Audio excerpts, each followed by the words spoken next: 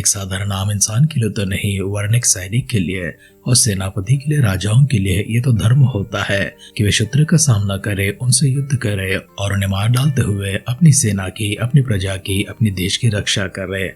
युद्ध करना, युद्ध में शत्रुओं को मारना, ये तो जायज बात होती है, लेकिन आम प्रजा को मार डालना, जिसमें बच्चे हैं, बूढ़े हैं, महिलाएं हैं या फिर कोई और पुरुष भी क्यों ना हो, उन्हें बेरहमी से मारना, मूर्खता से या क्रूरता से मारना, पवित्र शास्त्र इसके लिए बिल्कुल इजाजत नहीं देती है।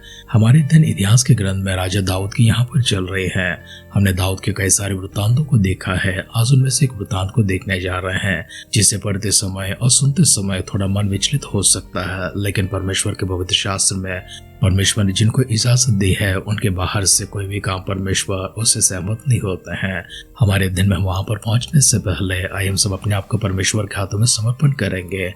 अगर हमारे भीतर कोई मूर्खता है, क्रूरता है, कठिनता है, कठोरता है, हम बेरहम इंसान होते हैं, पत्थर दिल होते हैं, तो परमेश्वर के पास जाकर उनसे प्रार्थना करेंगे, प्रभु आज मेरे मन को बदल दीजिए, मेरे मन की भीतर की भावनाओं को, विचारों को बदल दीजिए, ताकि मेरे भीतर की क्रूरता, कठोरता, मूर्खता ये सब मुझसे बाहर हो जाए। दया दिखाने वाला, प्रेम करने वाला, क्षमा करने वाला एक अच्छा इंसान मैं बन सकूं। इस प्रकार से प्रार्थना करने के लिए अपने सिरों को झुकाएंगे, आंखों को बंद करेंगे। हम सब सहमति के साथ में परमेश्वर के सानिध्य में पूरी तरह से अपने आप को लीन करेंगे। छोटी सी दुआ करेंगे।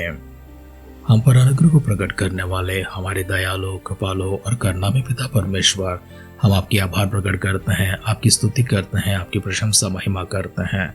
अद्भुत सा घड़ी प्रभु जी जो आपने हमारे जीवन में सौभाग्य के रूप में प्रदान की है, शुक्र अदा करते हैं परमेश्वर इन अद्भुत कार्यों के लिए प्रभु जी जो हमारे जीवन में आपने किए हैं। आभार प्रकट करते हैं परमेश्वर की आपके सानिध्य में आने का, स्तुतिगान करने का, आराधना करने का, आपकी महिमा उपासना करने का सौभाग्य जो प्रभु आपने हमें चुनकर हमें प्रदान किए हैं, उसके लिए परमेश्वर आपको शुक्र अदा करते हैं।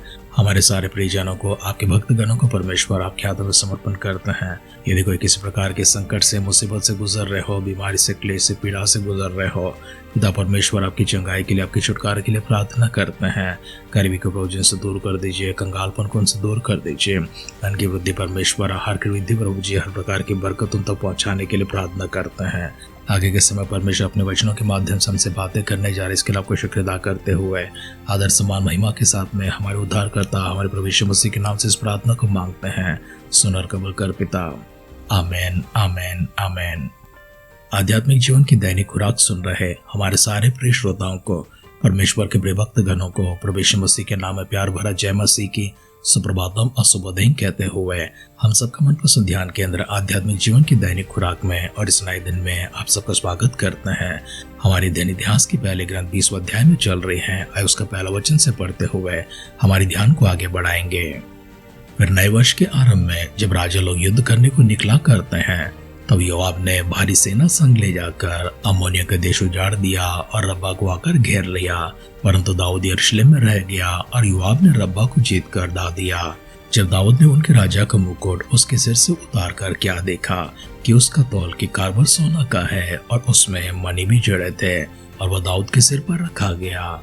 फिर उसने उस नगर से बहुत सामान लूट में पाया और उसने उसके रहने वालों को निकालकर आरो और लोहे के हेंगों और कुल्हाड़ियों से कटवाया और अम्मोनियों के सब नगरों के साथ भी दाऊद ने वैसा ही किया। तब दाऊद सब लोगों समेत यरूशलेम को लौट आया। इसके बाद गेजर में फलिस्तीन के साथ युद्ध हुआ। उस समय होशे से बकै ने सिपाही को जो रब्बा की संतान था मार डाला और वे दब गए। और फलिस्तीन के साथ फिर युद्ध हुआ। उसमें याईर के पुत्र एलहानान ने गद्दी गुलियात के भाई लहमी को मार डाला, जिसकी बच्चे की जड़ जुलाहे की डोंगी के समान थे। फिर गद में भी युद्ध हुआ और वहां एक बड़े ढील का पुरुष था जो रब्बा की संतान था और उसके एक हाथ पांव में 6 उंगलियां अर्थात सब मिलाकर 24 उंगलियां थी। जब उसने इस्राएलियों को ललकारा तो दाऊद के भाई शिमा के पुत्र योनातन ने उसको मारा। यही गद में रापा से उत्पन्न हुए थे और वे दाऊद और उसके सेवकों के हाथ से मार डाले गए। इतिहास का पहला ग्रंथ 20 अध्याय का पहला वचन से लेकर आखिरी वचन तक हमने पढ़कर सुना है। हमारे सिद्धन में हम आरंभ के शब्दों में जब देखते हैं, वर्ष के आरंभ में राजा लोग युद्ध करने को जब निकला करते थे, उस समय दाऊद यरूशलेम में रह गया था। परंतु उसका प्रधान सेनापति योआब तो अपनी बड़ी सेना लेकर युद्ध करने को निकल गया था। उसने जाकर युद्ध कर अम्मोनियों के देश को उजाड़ दिया। उसके बाद रब्बा को घेर लिया, उसे जीत कर उसे डाल दिया। दाऊद के पास एक मुकुट ले आया गया था जो उसके राजा का था। उसे उतार कर उसके सिर पर रखा गया था। जिसका तौल के कारबा सोने का था और उसमें मणि भी जड़े थे। फिर उसके साथ में नगर के बहुत सामान लूट में भी उसने पाया था। जितने लोग नगरों में रहा करते थे उनमें से सभी को दाऊद ने आरों से, लोहे के हेंगों और कुल्हाड़ियों से कटवा दिया था, और अम्मोनियों के सब नगरों के साथ में भी उसने वैसा ही किया था। इसी बात को हमने आरंभ में जिक्र किया था। परमेश्वर कतई भी इस बात की अनुमति नहीं देते हैं कि इतनी क्रूरता से, इतनी मूर्खता से इंसानों को मार डाले, अपने कर्तव्य में, अपने युद्ध में जाकर शत्रु का सामना करे, उसको मारे। वहां तक तो जायज था। हम जो बातें पढ़ रहे हैं वो पुराने नियम की बातें हैं। नए नियम के कलीसिया को हमने कई बार हमारे ध्यान में बताया था कि हम प्रभु यीशु मसीह के भक्त हैं, उनके विश्वास में चलते हैं, और हथियार पकड़ना, तलवार पकड़ना या बंदूक पकड़ना, सेना में जाना हमारे लिए उचित नहीं लगता है, तो हमें उससे दूर रहना चाहिए।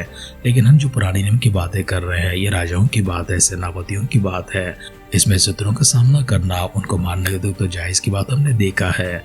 लेकिन सभी लोगों को, पुरुषों को, स्त्रियों को, बच्चों को, बूढ़ों को इस प्रकार से आरों से काटना, लोहे के हेंगों से काट डालना, कुल्हाड़ियों से काटना, ये तो बिल्कुल क्रूरता की बात है, मूर्खता की बात है। ये तो पशु संहार जैसी बात है, जिसे परमेश्वर कभी अनुमति नहीं देते हैं, और ऐसे करने वाले से परमेश्वर कभी प्रसन्न भी नहीं होते हैं। दाऊद के सेनापतियों का और सेना का युद्ध आगे भी बढ़ता चला जाता है। हमने तो वैसे गोलियात को देखा था जिसको दाऊद ने मार डाला था, लेकिन उसका एक भाई भी है जिसका नाम लहमी है, जिसकी बच्चे का चढ़ जुलाई के डोंगे के समान थे, अर्थात वो भी गोलियात की तरह दानव जैसा दिखता था। उसके बाद गत में जब युद्ध होने लगा, वहां पर एक और पुरुष को देखते हैं जो रपा की संतान था, और उसके एक हाथ में और पाँव में 6 उंगलियां थी, अर्थात पूरे मिलाकर 24 उंगलियां थी। उसने इसराइलियों को ललकारा था। तब दाऊद के भाई शिमा के पुत्र योनातन जाकर उसे मार डालता है। गत में रपा से उत्पन्न हुए संतान यही थे, और दाऊद के सेवक जाकर उनको मार डालते हैं। वचन सुनने प्रयोजन और फिर से एक बार चेतावनी के साथ में हमारे शब्दों को हम लोग समाप्त करने की कोशिश करते हैं। पवित्र शास्त्र हमें जिस बात तक और जहाँ तक अनुमति देता है, वहाँ तक परमेश्वर अपनी सहन शक्ति को दिखाते हैं, और परमेश्वर अपनी क्षमा को भी, अपनी दया को भी दिखाते हैं, और परमेश्वर से गलती के रूप में नहीं देखते हैं। लेकिन जो कुछ भी हो उससे थोड़ा दाएं या बाएं निकल जाता है, आगे या पीछे हो जाता है, परमेश्वर बिल्कुल उसे गलत रूप में देखते हैं, उसे अपराध के रूप में देखते हैं, और उसका दंड भी देते हैं। दाऊद ने केवल इन कामों के परिणामों को आने वाले दिनों में देखेंगे, लेकिन आज के लिए अपने आप को परमेश्वर के हाथों में समर्पण करते हुए दाऊद के समान बिल्कुल ना होकर, उससे भिन्न होकर, परमेश्वर की दया में, क्षमा में चलने वाले इंसान होकर, दया दिखाने वाले, प्रेम को प्रकट करने वाले, कोमल और नाजुक इंसान बनाने के लिए अपने आप को परमेश्वर के हाथों में समर्पण करेंगे, सिरों को झुकाएंगे, आंखों को बंद करेंगे, छोटी सी प्रार्थना करेंगे। सर्वशक्तिमान पिता परमेश्वर, एक और बार हम आपकी स्तुति करते हैं, आपकी प्रशंसा करते हैं, आपकी महिमा करते हैं।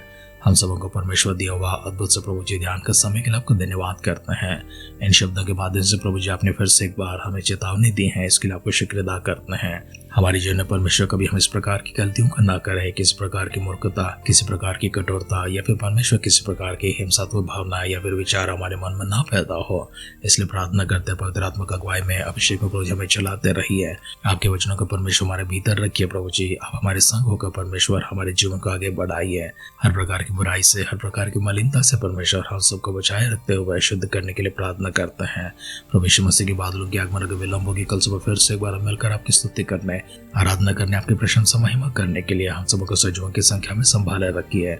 अगर ऐसा ना तो प्रभु यीशु मसीह के बादलों के आगमन में हम सबको शामिल करने के लिए प्रार्थना करते हुए, तो हमको सुनकर परमेश्वर देवताओं के लिए फिर से एक बार आभार प्रकट करते हुए हमारे उद्धारकर्ता हमारे प्रभु यीशु मसीह के नाम से इस प्रार्थना को मांगते हैं। सुन और कबूल कर पिता। आमेन, आमेन, आमेन। परमेश्वर की विशेष अनुग्रह और विशेष दया आपके ऊपर हमेशा होती रहे। परमेश्वर आपके कोमल इंसान बनाए रखे, आपको एक नाजुक इंसान बना रखे, आपको रहमदिल इंसान बनाए रखे, और आपको क्षमा करने वाले, प्रेम करने वाले और दूसरों के प्रति उदार हुआ दिखाने वाले इंसान के रूप में हमेशा परमेश्वर आपको बनाए रखे। हमारी सी दुआ कामना के साथ आज की ध्यान के पर समाप्त करते हैं। आप सुनते रहिए, सुनाते रहिए आध्यात्मिक जीवन की दैनिक खुराक। कल फिर मिलेंगे। अपना ख्याल रखिए, अपनों का ख्याल रखिए, दूसरों का भी ख्याल रखिए। God bless you.